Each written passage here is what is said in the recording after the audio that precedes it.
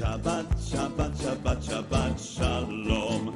Shabbat, Shabbat, Shabbat, Shabbat, Shalom. Shabbat, Shabbat, Shabbat, Shabbat, Shalom. Shabbat, Shalom. Shabbat.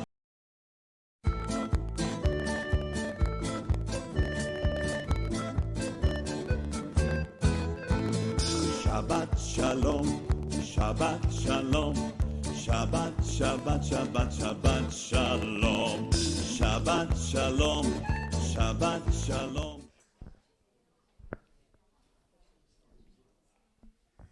Vamos ficar em espírito de oração,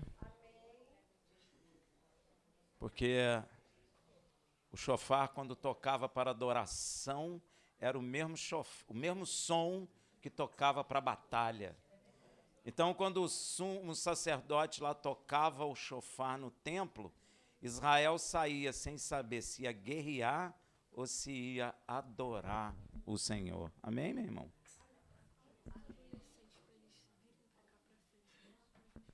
Eu queria que os adolescentes sentassem aqui na frente.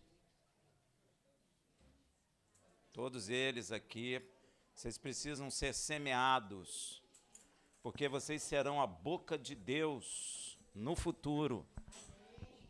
Nós já estamos sendo umas boquinhas já mais velhas. Eu não, vocês. E agora Deus tem que levantar os jovens também, e é maravilhoso. Então, nós estamos na paraxá chamada Shoftim. Essa paraxá vai de Devarim 16, 18 a 21, 9. A Haftará, Isaías 51, 12 a 52, 12. E a porção do Berit Hadashá, nós comentamos ontem, Yohanan 11, 1 a 57. E essa paraxá Shoftim, que é em português juízes, começa como seu nome indica, não é verdade? Com o mandamento de nomear juízes e oficiais em todas as cidades do território de Israel em Canaã. Veja isso em Devarim 16, versículo 18. Juízes e oficiais porá em todas as suas cidades que o Senhor teu Deus te dá, segundo as tuas tribos, para que julguem o povo com justiça. Tremendo isso, né, meu irmão? Visto que quando se fala hoje em dia dentro da igreja que Deus aceita a pena de morte, o pessoal pula, falando que vai matar de qualquer maneira e vai ser uma bagunça. Não é não, meu irmão. Primeiro, Deus quer juízes e oficiais. Deus estabelece o quê? Tribunais organizados e com leis. Amém? Devarim 16, 18. Juízes e oficiais. Muitos não sabem quem são os oficiais. Só para efeito de entendimento, a palavra oficial foi traduzida da palavra hebraica shoterim. Você lembra que ele leu aqui?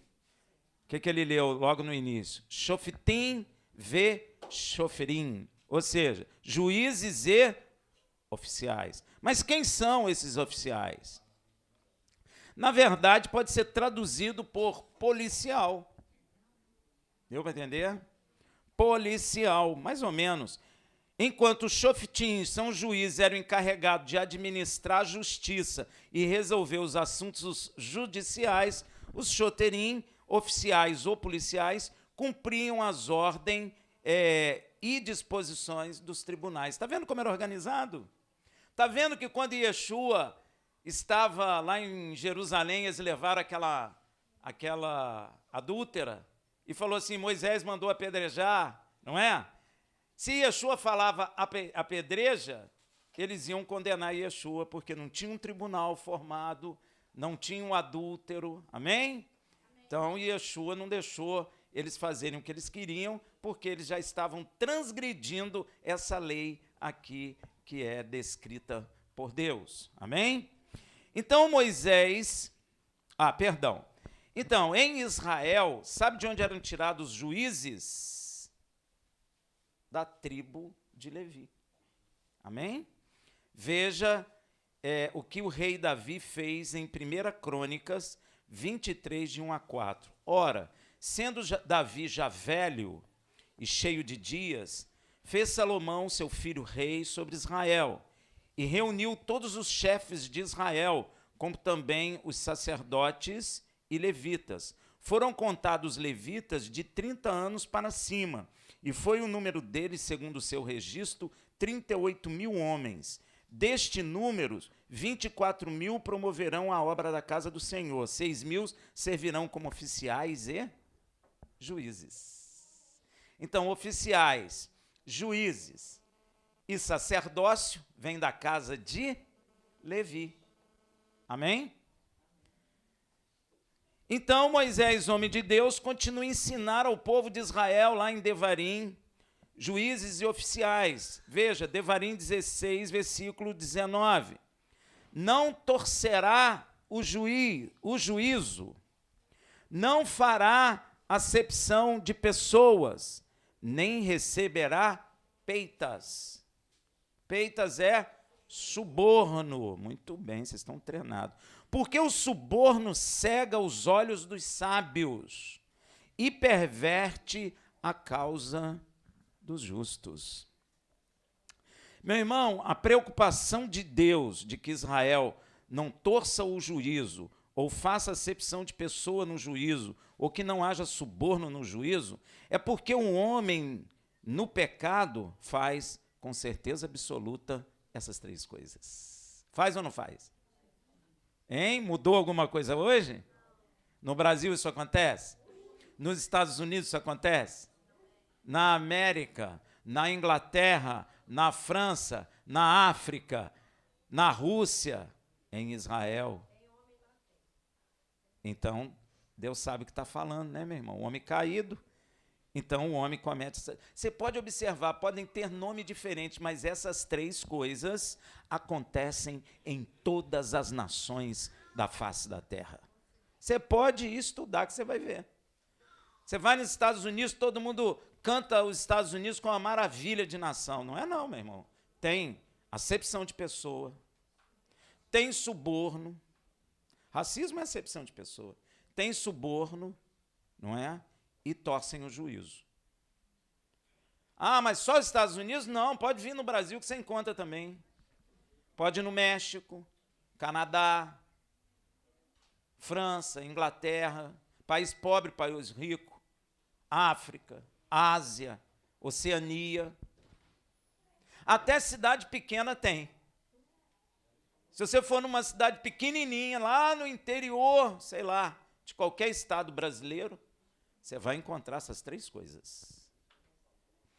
Isso, meu irmão, infelizmente, está ligado ao homem caído.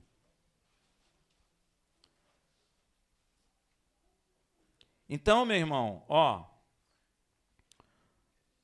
torcer o juízo é pegar as leis e aplicá-las segundo interesses, e não segundo o reto juízo, ou não segundo o objetivo para que aquela lei saiu.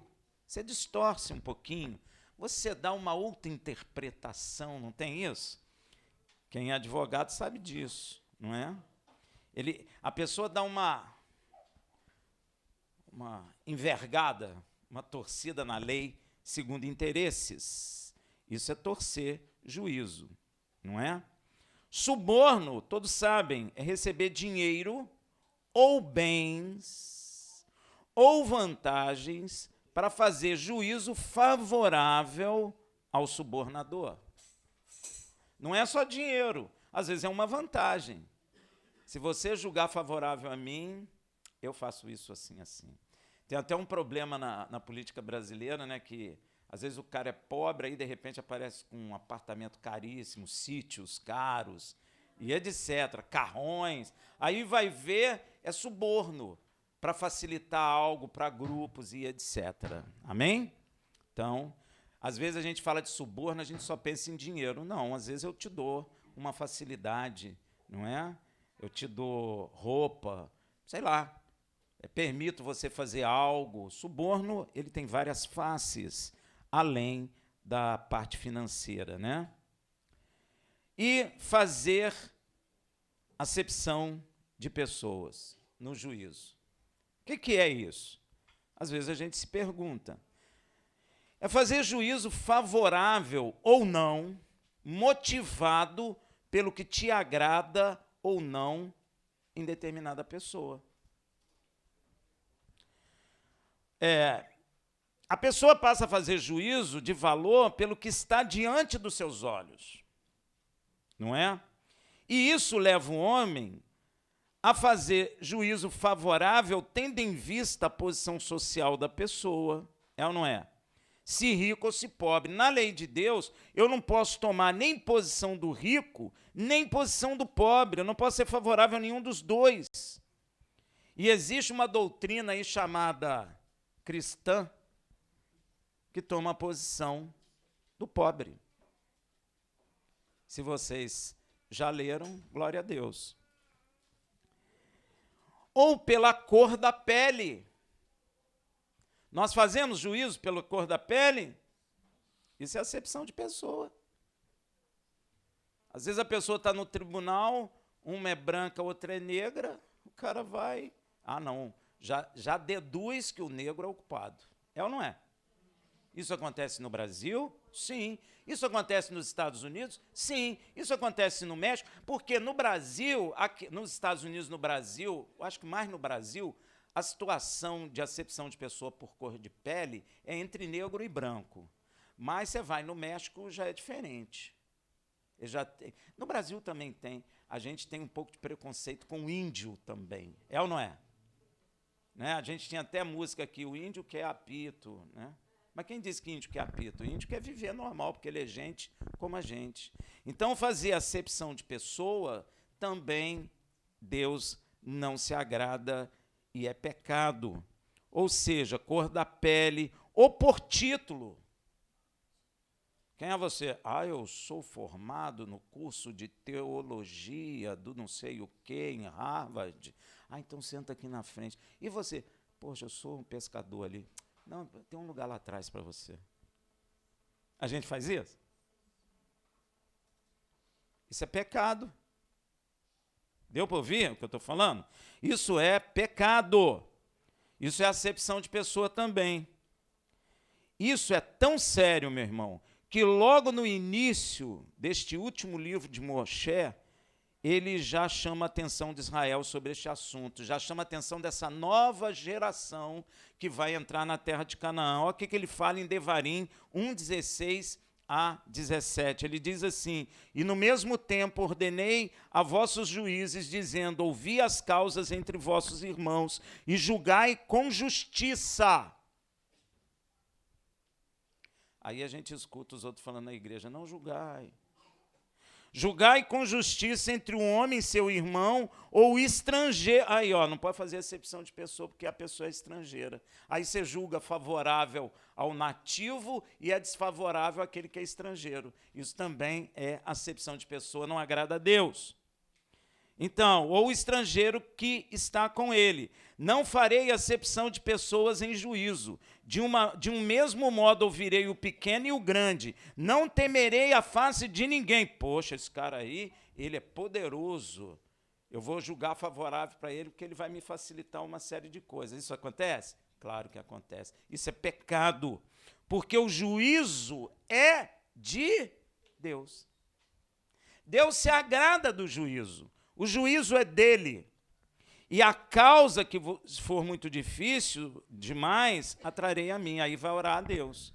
Porque existem condições na sociedade que nos aparecem que elas são complexas para serem resolvidas. Então, se elas são complexas, jejum e joelhinho, clamando em nome de Yeshua para Deus trazer a solução.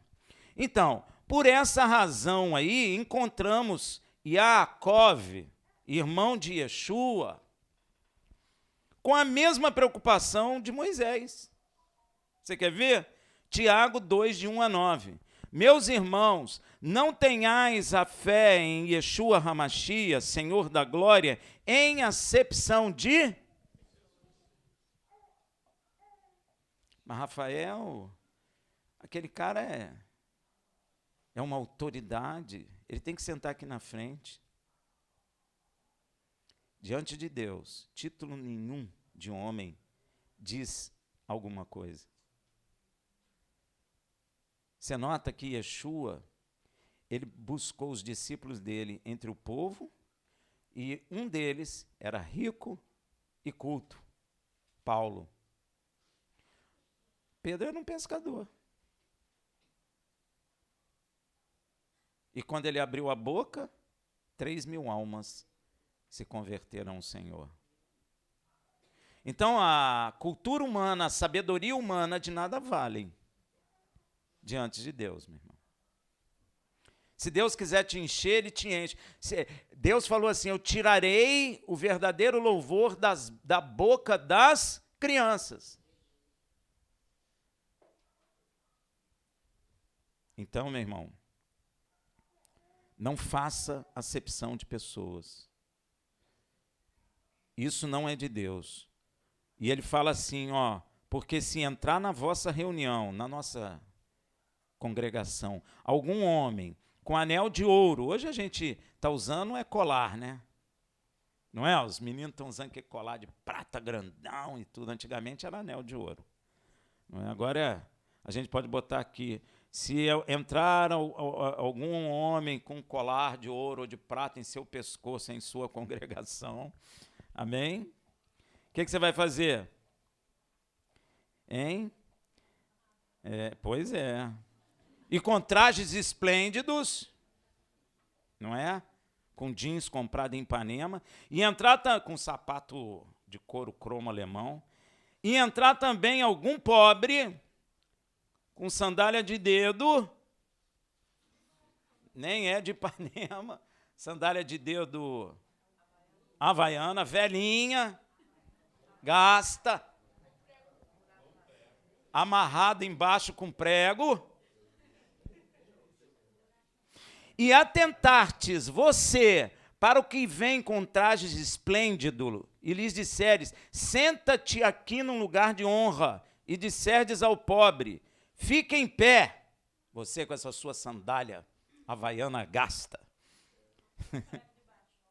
Com prego de baixo. Senta, fica aí você em pé, ou senta-te abaixo do escabelo dos meus pés. Você sabe o que significa sentar abaixo do escabelo dos meus pés, gente? Hã? Não, você está dizendo para a pessoa que ela é inferior a você. É isso que você está dizendo, por isso que ele está dizendo aqui, ó. Está dizendo, ó, você está andando de sandália havaiana, você senta, sei lá fora, depois da cozinha. Olha o que ele pergunta, não fazeis, porventura, distinção entre vós mesmos, e não vos tornais juízes movidos de maus pensamentos. Ouvi, meus amados irmãos, não escolheu Deus os que são pobres quanto ao mundo para fazê-los ricos na fé? Você já percebeu que são as pessoas menos favorecidas que aceitam Yeshua com mais facilidade? É isso que ele está dizendo aqui. Ah, Rafael, é porque eles não têm nada. Não é não. É porque Deus pega as coisas que não são para para confundir as que são. Deu para entender? A palavra quer dizer que Deus pega as coisas que o mundo despreza para exaltá-las e confundir aquilo que o mundo dá valor. Deu para entender? E às vezes você corre até do pobre, né? Olha, meu irmão. Ouvi, meus amados irmãos, não escolheu Deus os que são pobres quanto ao mundo para fazer os ricos na fé e herdeiros do reino que prometeu aos que o amam? Mas vós desonraste o pobre. Meu irmão, não desonre o pobre. Ah, mas eu não sei o que ele faz. Não te interessa, perdão, mas não. Ame o pobre. Se você puder ajudá-lo, ajude-o. Amém? Não desonre ele. Às vezes Deus colocou ele no seu caminho, sabe para quê? Para provar o seu coração. E você não sabe. Porventura, não blasfemam eles. Não, perdão. Porventura não são os ricos os que vos oprimem e os que vos arrastam aos tribunais? Não blasfemam eles o bom nome pelo qual sois chamados? Todavia, se estáis cumprindo a lei real. A lei acabou? Ó Tiago falando. Ó, todavia, se estáis cumprindo a lei real, segundo a Escritura, amarás ao teu próximo como a ti mesmo, fazei bem. Não é da lei isso? Fazei bem. Mas se fazei acepção de pessoas, cometeis o quê? Pecado, sendo por isso condenados pela lei como transgressores dela. Você já tinha lido isso? Ou já tinha prestado atenção nisso? Fazer acepção de pessoa é pecado e nos leva à condenação. E por que Moisés afirma que o juízo é de Deus, você sabe? Moisés afirmou com muita certeza, o juízo é de Deus. Por que ele afirma isso com toda certeza?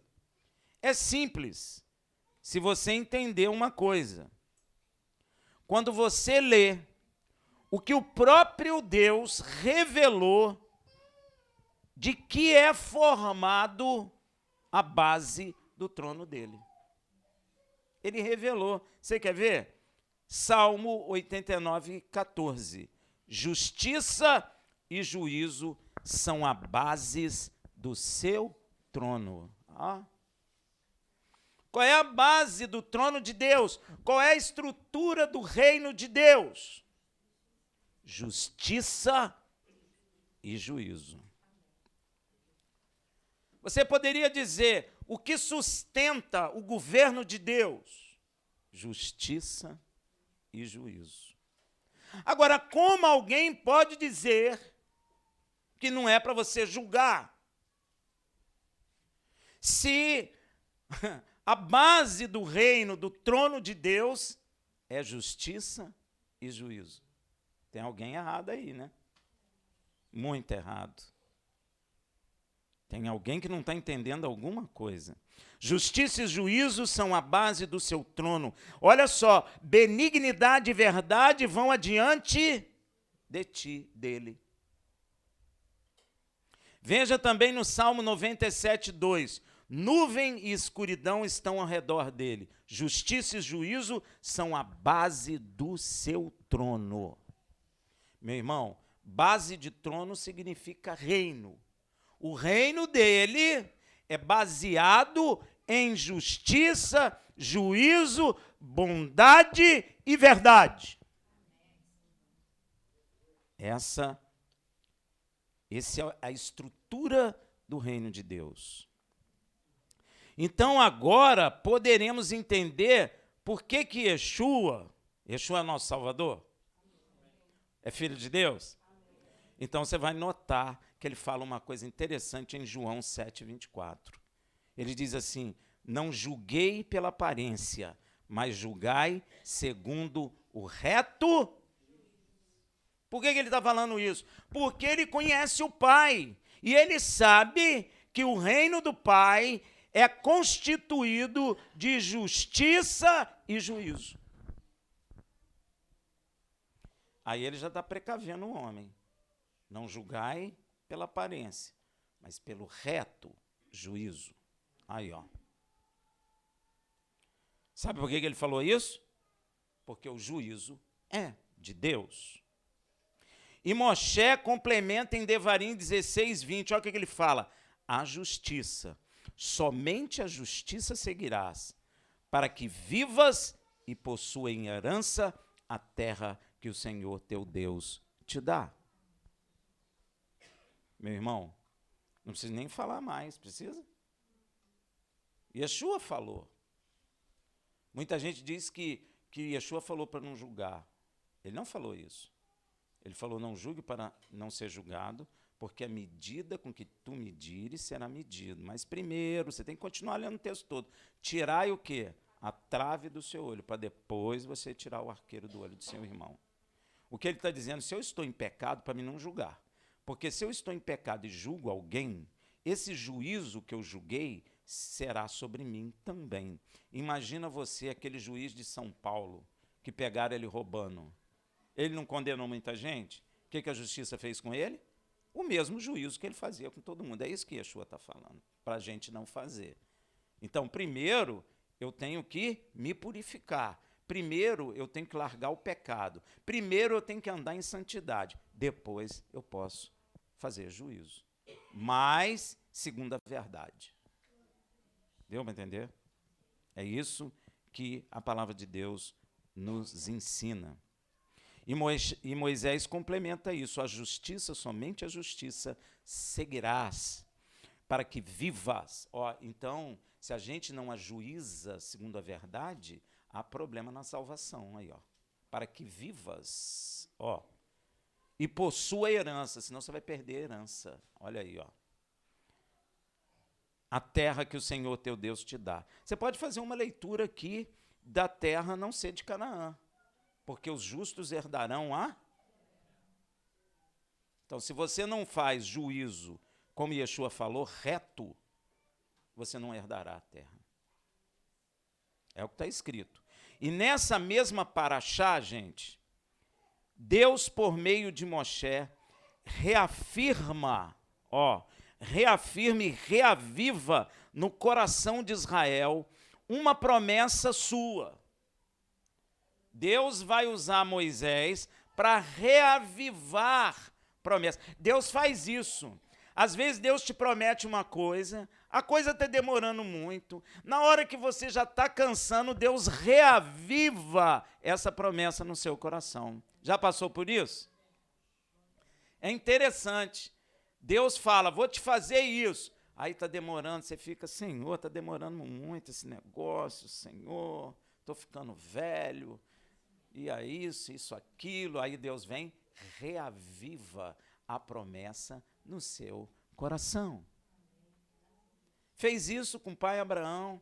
O pai Abraão falou, Senhor, como que eu vou deixar minha herança? O Senhor me enriqueceu, é verdade, mas eu não tenho um descendente, Senhor. Deus já havia prometido para ele. Ele falou, não, te darei um filho, etc, etc. Reavivou a promessa no coração do pai Abraão. Quando é Deus, ele reaviva. Sabe por quê? Porque o homem é limitado, mas ele, quando promete, ele cumpre. Mas como eu sou limitado, eu começo a ficar desanimado. Aí ele vem, reaviva aquilo. Eu ando mais alguns quilômetros, alguns anos, na espera e na esperança, até ele trazer.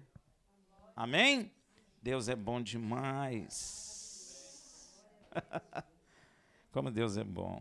Então ele vai reavivar uma promessa em Israel. É uma geração nova, provavelmente não é uma geração que escutou isso, era uma geração que foi criada por uma geração que não creu. Então Deus vai reavivar uma promessa no coração daquela geração em Israel.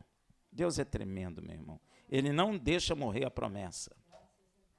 Ainda que tu passe pelo deserto. Então, ele vai reavivar. Devarim 18:15. Olha o que Moshe fala. O Senhor teu Deus te suscitará do meio de ti, dentre teus irmãos, um profeta semelhante a mim. A ele chamar. Quem é ele, hein? Veja, vocês já sabem. Veja também Devarim 18:18. Do meio de seus irmãos lhes suscitarei um profeta semelhante a ti, e porei as minhas palavras na sua boca, e ele lhes falará tudo o que eu lhe ordenar. O que Yeshua falava aqui? A palavra que eu vos falo não é de mim mesmo, mas eu falo aquilo que ouvi com meu pai. eu falo o que eu aprendi de meu Pai. Eu não vim fazer a minha vontade, mas a vontade do meu Pai que está no céu. A palavra que vos falei não vem de mim mesmo. Por quê? Ó, está escrito aqui. Porei as minhas palavras na sua boca e ele lhes falará tudo o que eu lhe... Não é à toa, né? Que Yeshua fala em João lá, João 12, 49, 50. Tem vários textos, mas eu peguei esse. Porque eu não falei por mim mesmo, mas o Pai que me enviou, esse me deu um mandamento quanto ao que disser e como falar. Ó, e sei que o seu mandamento é vida eterna. Que coisa, hein?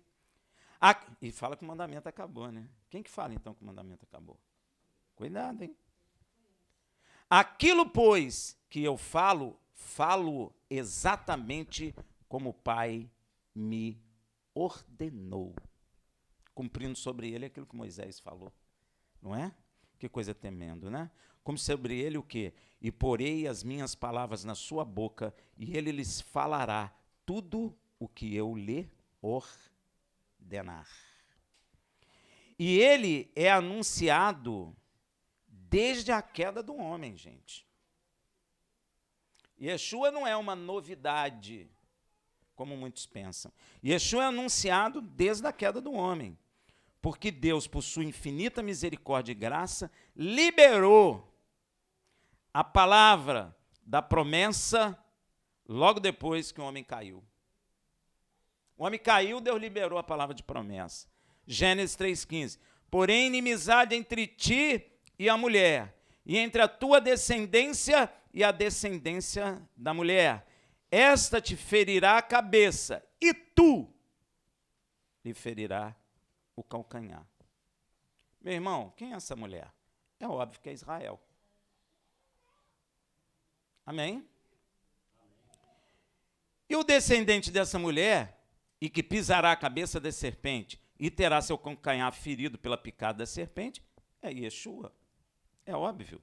A picada da serpente é no calcanhar, sabe por quê? Porque Deus amaldiçoou a serpente, que ela rastejaria e comeria o pó da terra, lá em Gênesis, não é isso? Então só pode picar o quê? Calcanhar, região para baixo. E picada de serpente faz o quê? Mata. A semente da mulher, que é Yeshua, será morto com a picada da serpente. A descendência da serpente somos todos nós, pecadores. Epa, que coisa estranha que esse cara falou, hein? Se você não era de Cristo, você era filho de quem? Fala. A descendência da serpente somos todos nós, pecadores. Por isso João Batista proclama lá em Mateus 23, 33, serpentes, raça de víboras, como escaparei da condenação do inferno? Todos nós éramos filhos de quem?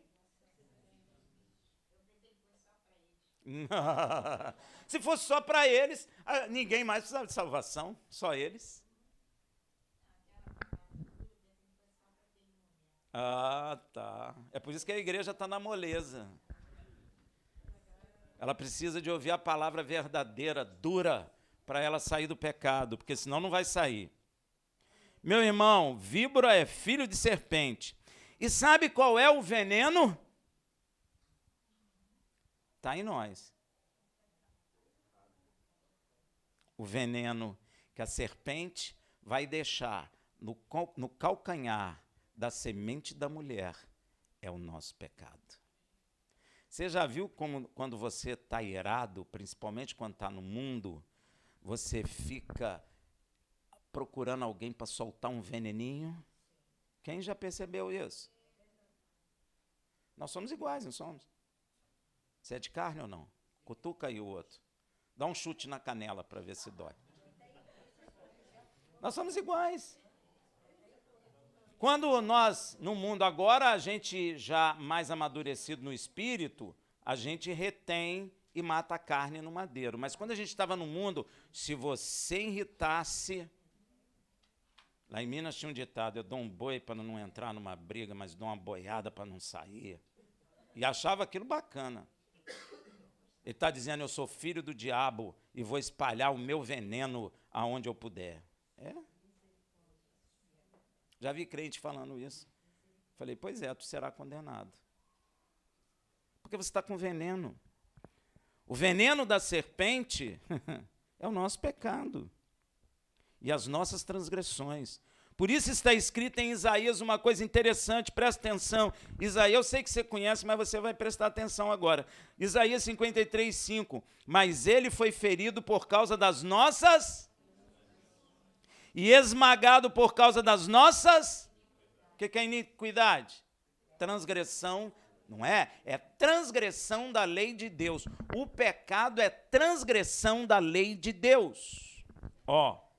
O castigo que nos traz a paz estava sobre ele, e pelas suas pisaduras fomos sarados. E também está escrito no Evangelho, Romanos 4, 25, o qual, aqui é Yeshua, porque eu não botei tudo, foi entregue por causa das nossas e ressuscitado para a nossa. Se a gente tivesse matado Yeshua e Deus não ressuscitasse, nós já teríamos sido destruídos. Tem gente que pensa que nós somos justificados na morte dele. Não, nós não somos justificados na morte dele. Nós é que provocamos a morte dele. Isaías diz que ele foi cortado do mundo dos viventes por causa de nossas transgressões. Foi a minha transgressão, foi a tua transgressão que levou Yeshua ao madeiro. Foi a tua transgressão, o veneno que nós, serpente, colocamos no calcanhar da semente da mulher. Deu para você entender, filhinho? Você estava bem tranquilo em casa, achando que não tinha culpa de nada, né? Mas tinha, sim. Você tinha. Mas, para a glória de Deus, o próprio Deus o ressuscitou. Para quê? Para a nossa justificação. Aí a gente deixa de ser filho da serpente e passa a ser semelhante a Deus. E essa descendência... e também está... Não, já li. E esta descendência da serpente tem na sua expressão máxima, você sabe quem?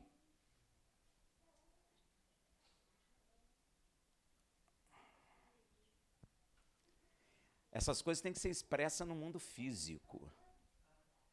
Qual é o ápice dos filhos de Deus? Yeshua. Quem é o ápice do filho do diabo?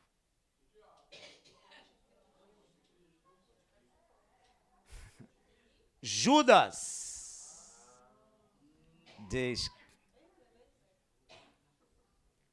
Ele. Quem foi que entregou? Quem foi que levou o veneno? O veneno é nosso, mas qual era a cabeça que levou o veneno? Judas de Iscariote. Não é sobrenome dele não, viu? É que ele é da cidade de Iscariote. Por isso é dito lá em Lucas uma coisa interessante, Lucas 22, versículo 3. Entrou, porém, Satanás em Judas, que tinha por sobrenome, eles colocaram aqui Iscariote, mas não é sobrenome, ele é da cidade de Iscariote, o qual era do número dos 12. Que coisa?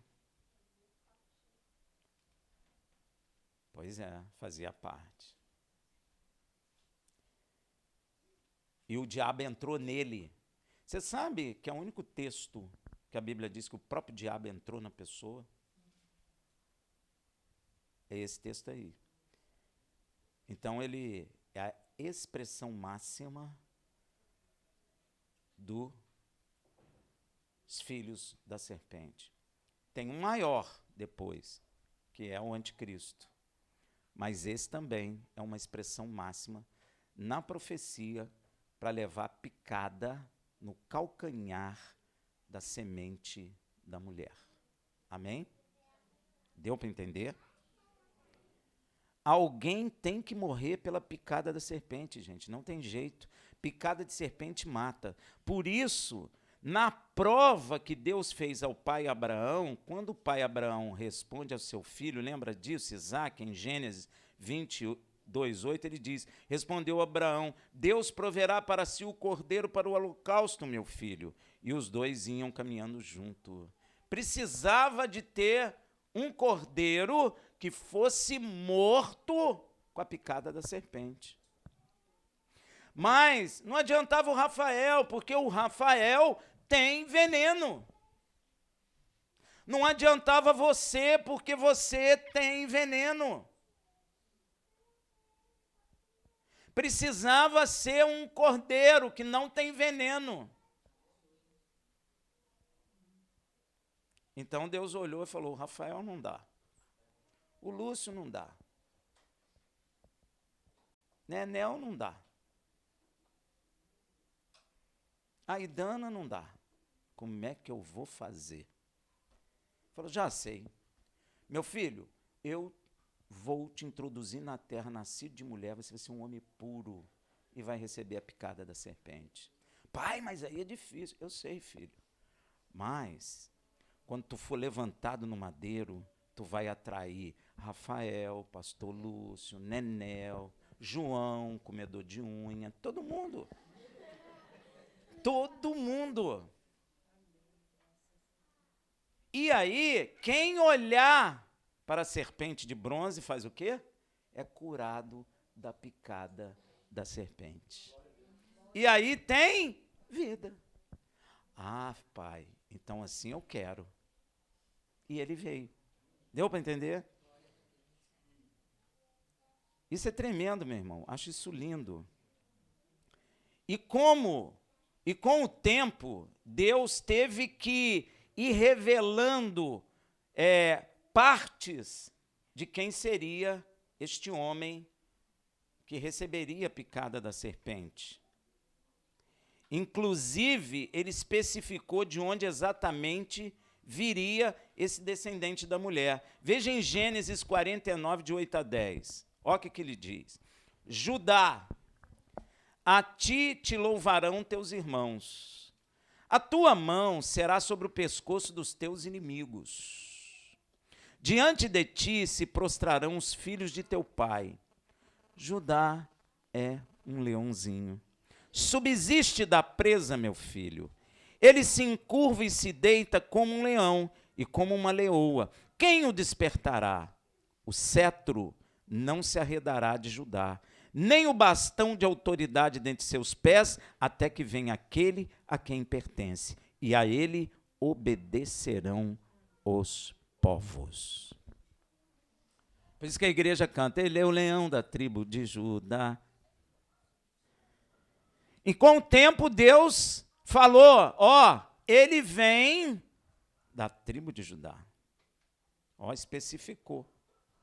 Limitou. Antes falou só com Israel.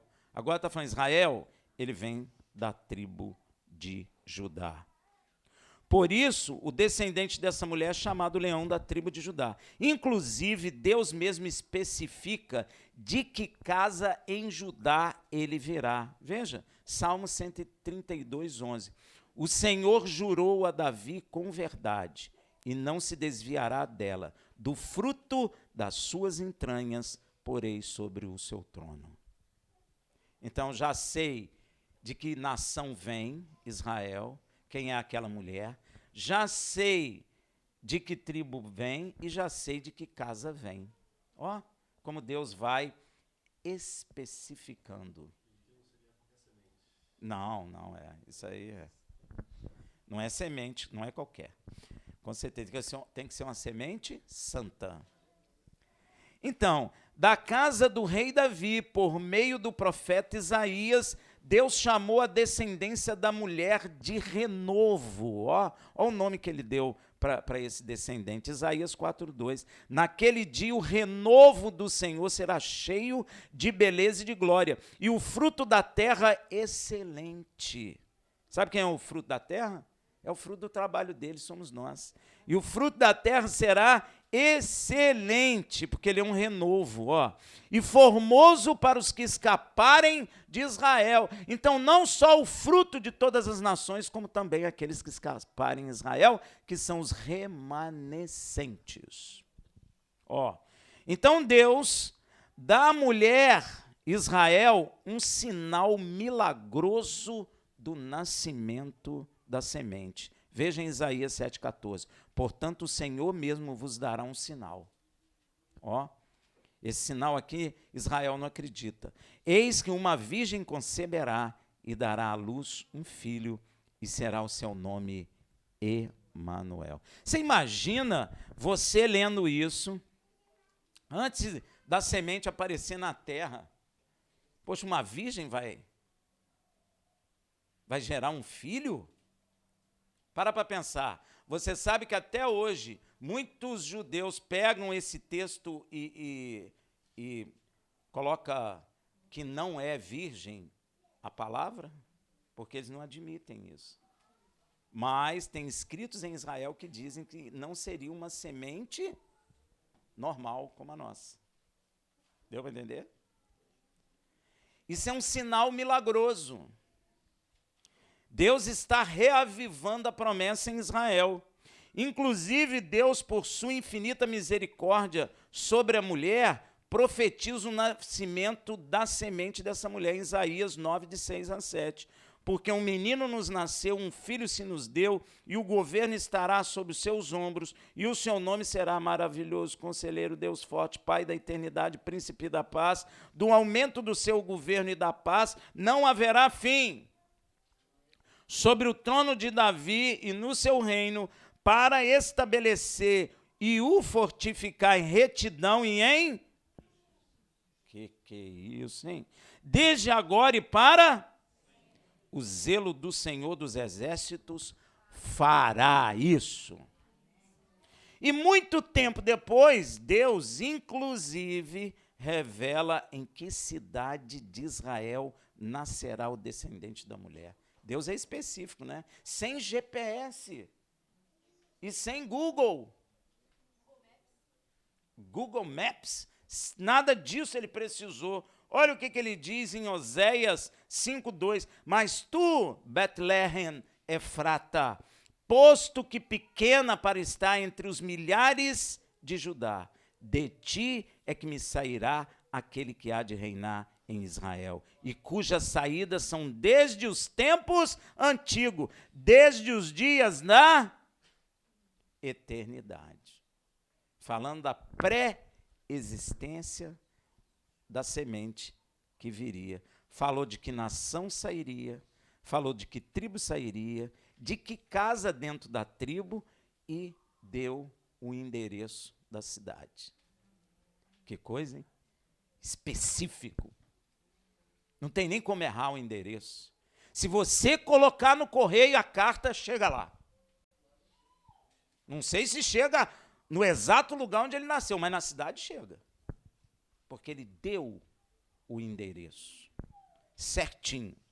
E quando se aproximou mais o tempo do nascimento da semente da mulher, Deus reaviva de novo. Deus usou o seu profeta Zacarias dizendo, Zacarias 6, de 12 a 13, e fala ali dizendo, assim diz o Senhor dos Exércitos, eis aqui um homem cujo o nome é Renovo.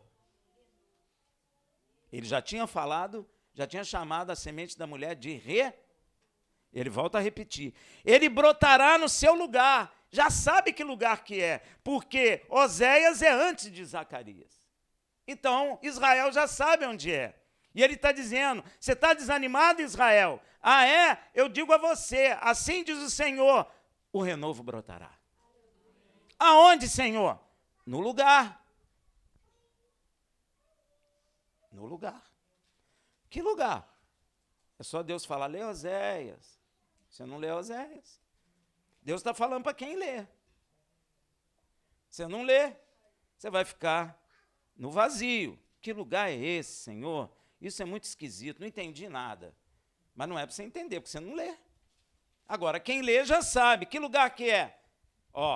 em Israel, tribo de Judá, casa de Davi, cidade de Beit-Lehem. Pode correr para lá, que vai dar certo, porque Deus é fiel. E aqui vem uma coisa que alguns ortodoxos brigam, porque Israel quer reconstruir o templo, tem corrente que não quer, porque diz que é o Mashiach que vai reconstruir. Eu não vou entrar nesse detalhe, mas é por causa disso aqui que eles falam. E edificará o templo do Senhor.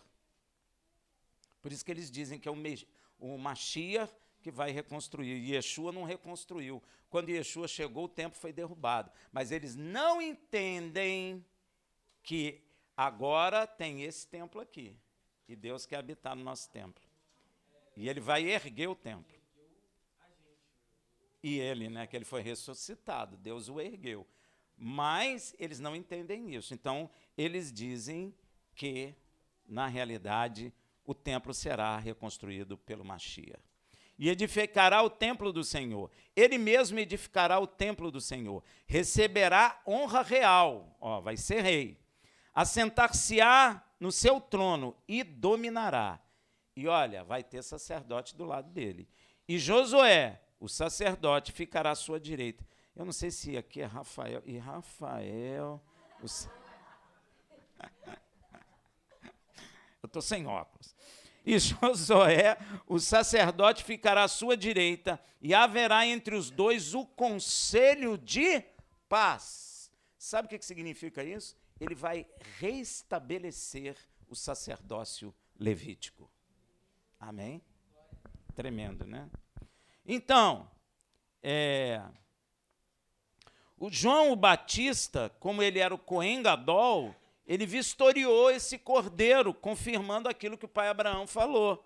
Lá em João 1:29, no dia seguinte, João viu a Yeshua que vinha para ele e disse: eis o cordeiro de Deus que tira o pecado do mundo, confirmando a palavra de Deus que foi dita por intermédio do pai Abraão, que Deus proveria para si a semente, o cordeiro para o sacrifício. Inclusive, André, você conhece o André?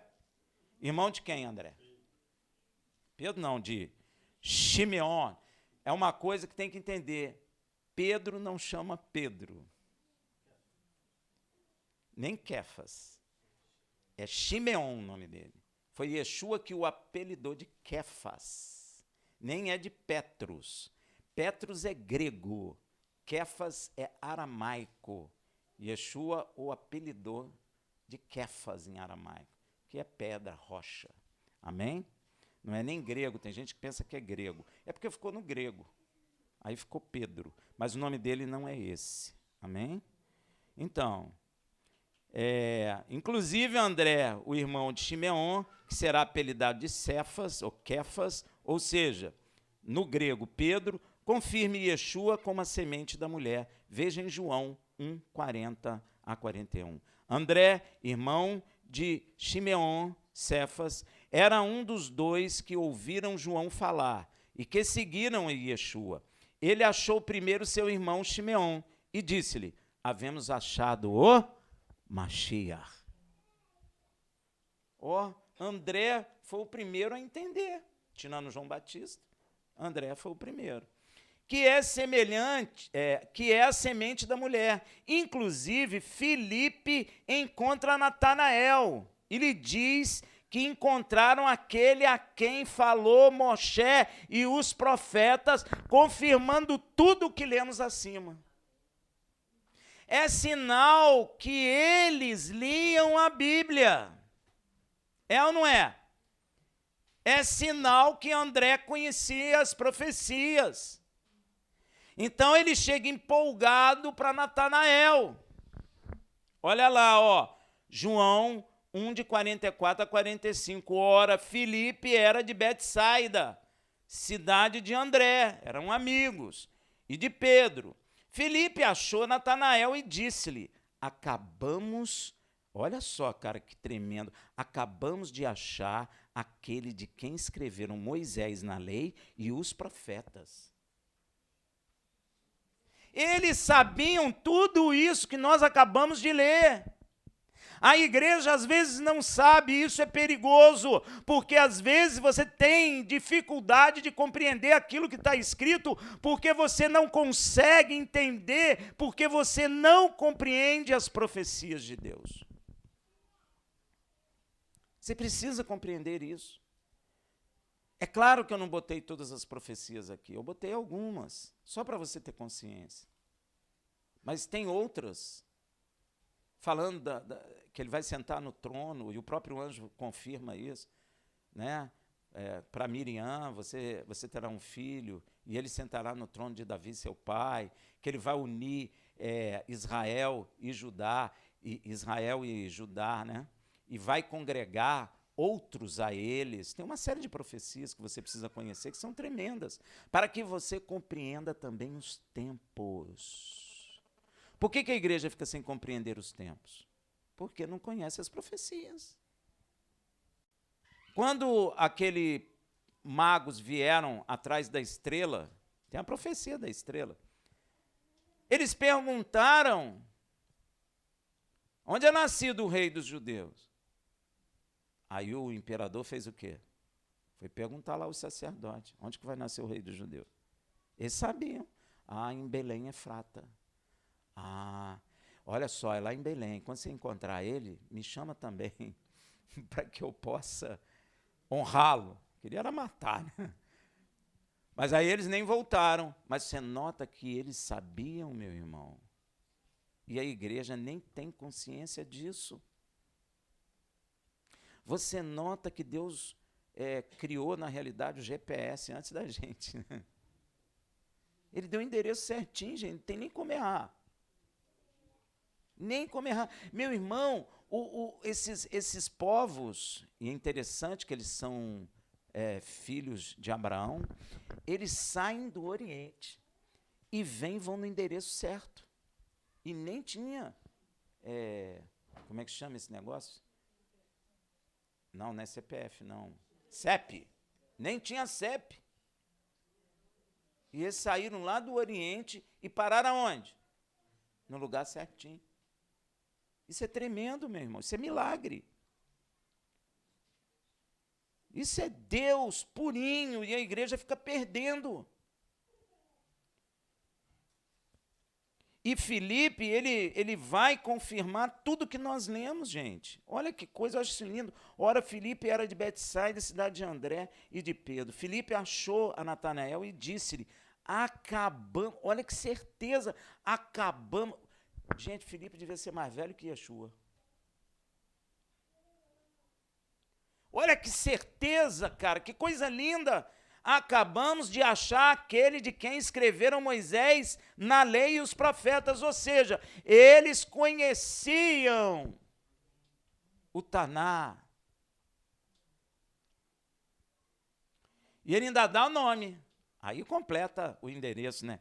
Yeshua de Nazaré, filho de Yosefe. Meu Deus, é um tiro na mosca. Acertou. Lindo isso, gente. Você não acha, não?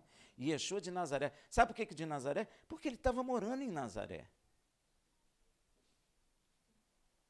E Deus é tão misericordioso que ele conta em Apocalipse. E aí, cabe eu chamar a tua atenção. Deus vai contar em Apocalipse a retrospectiva de toda essa história que ele fez na terra. Você quer ver? Ó como Deus é misericordioso. Porque ele quer que nós também saibamos disso. Senão ele não falaria de novo. Ele repetiu isso. Ele resumiu, mas ele repetiu toda essa história. Que eu falei já de forma resumida, viu, meu irmão? Eu não falei ela completa. Eu resumi só para você entender. Mas vamos lá em Apocalipse, que você vai ver.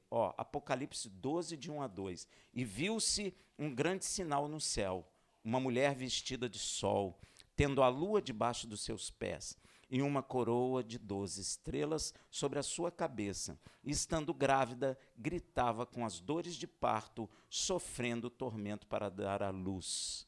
Me parece até uma foto isso, né, meu irmão? Eu sempre achei que isso era uma foto. Eu já brinquei muito, eu tenho essa foto, gente. Porque está aqui na Bíblia, não é uma foto? Bem claro. Por que com o pé na lua e com o pé no sol? Por quê? Hein? Ó, vestida do sol, tendo a lua debaixo de seus pés. Israel não andava na luz? E não... O que Yeshua fala? Andai na luz, enquanto a luz está convosco. Porque a noite virá, e aí você não poderá andar. Ele não fala isso? Está descrevendo aqui. Ó, e uma coroa de 12 estrelas. Quem são as 12 estrelas? As 12 tribos de Israel.